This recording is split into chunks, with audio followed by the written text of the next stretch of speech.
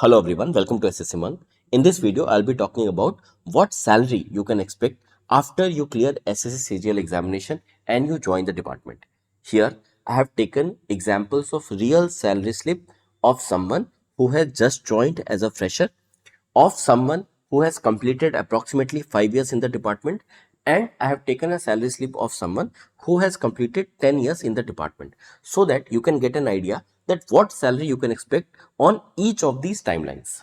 Also, as you know, 8th pay commission is just round the corner. So I will be giving you an idea that what salary you can expect after 8th pay commission. So for the purpose of this video, I have taken a salary slip of a GST inspector and I will be showing you what salary they get when they join as a fresher, after 5 years and after 10 years of a service.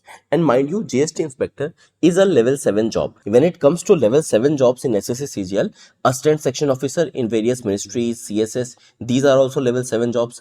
Inspectors are level 7 jobs, sub-inspector in CBI, assistant enforcement officer in enforcement directorate. So all these are level 7 jobs. And here I will be talking about level 7 jobs only. Through SSC CGL, you also get selected in level 6 jobs, level 5 jobs, but I will not be talking about these right now. Okay. Also, the salary that I am going to talk about here is a generalized format for level 7 jobs, but depending on the job, certain allowances can change. Like in assistant enforcement officer or sub inspector in CBI, you get 1 extra month of salary. Okay, because these are considered as tough jobs, so you get a 1 month extra salary. Similarly, when you join Ministry of External Affairs as ASO, you go to foreign postings. Their allowances will be different. So here I am not going into what allowances or what perks various jobs have, but here I am just talking about what salary you can expect. Okay. Now, let me first tell you what are the components of a salary slip. It is very simple. It will have 4 components. First thing is basic pay. When you join SSC CGL at a level 7 post, your basic pay is 44,900 rupees. This is what you start with. The other component is dearness allowance. Dearness allowance is something which is revised every 6 months by Government of India. At present, this dearness allowance is close to 58%. Now, the other component is house rent allowance and transport allowance. It is very clear by the name itself that what kind of allowances they are. Both house rent allowance and transport allowance depends on which city you are living in and what is your basic pay. It depends on both the factors. So Indian government has divided Indian cities into 3 categories: X, Y and Z. So if you are living in a X city, you will get HRA and a certain transport allowance. When you are living in a Y city, you will get HRA and TA accordingly. When you are living in Z city, accordingly your allowances will be decided.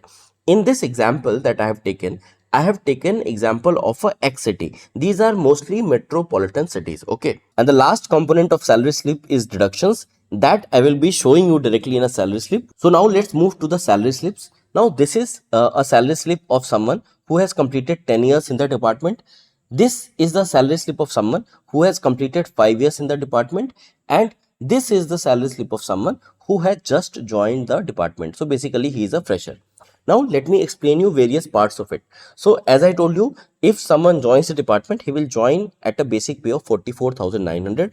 DA is close to 55%. So you can say 24,695 is the DA. Right now it is 58%, but it is a salary slip of July 2025. So I think it is close to 55%.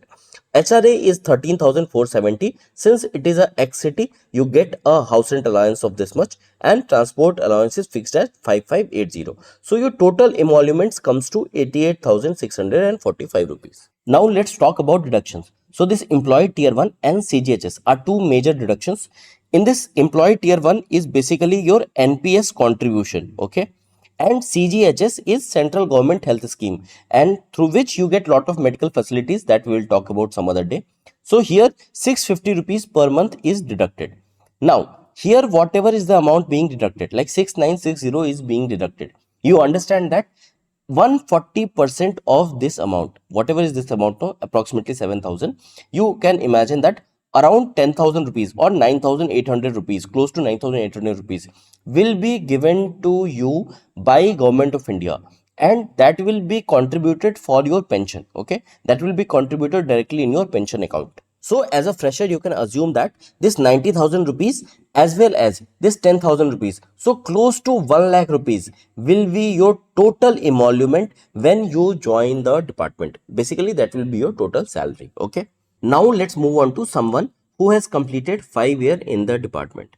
So when someone is completing 5 years in the department, the total emolument here is close to 1 lakh, and you can expect 140% of this amount, which is close to 11,200 something.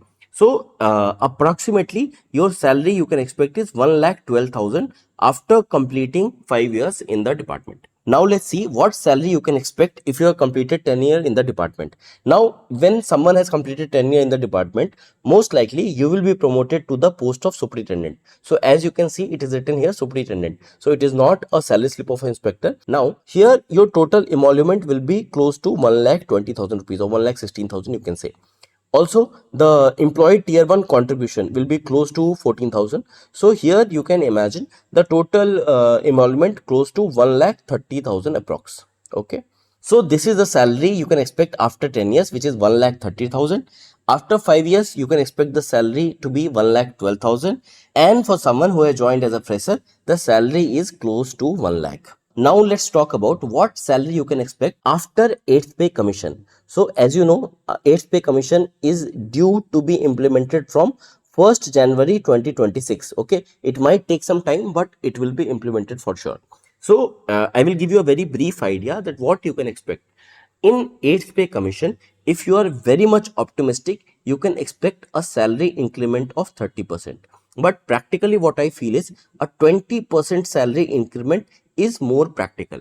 So here what you are seeing that as a fresher when you join, you get approximately 1 lakh salary. So after 8th pay commission, what you can expect is 1,20,000 per month. Okay.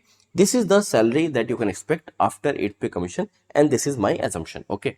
So this was the video guys. Hope you like the video. If you like the content of this channel, do subscribe. Thank you.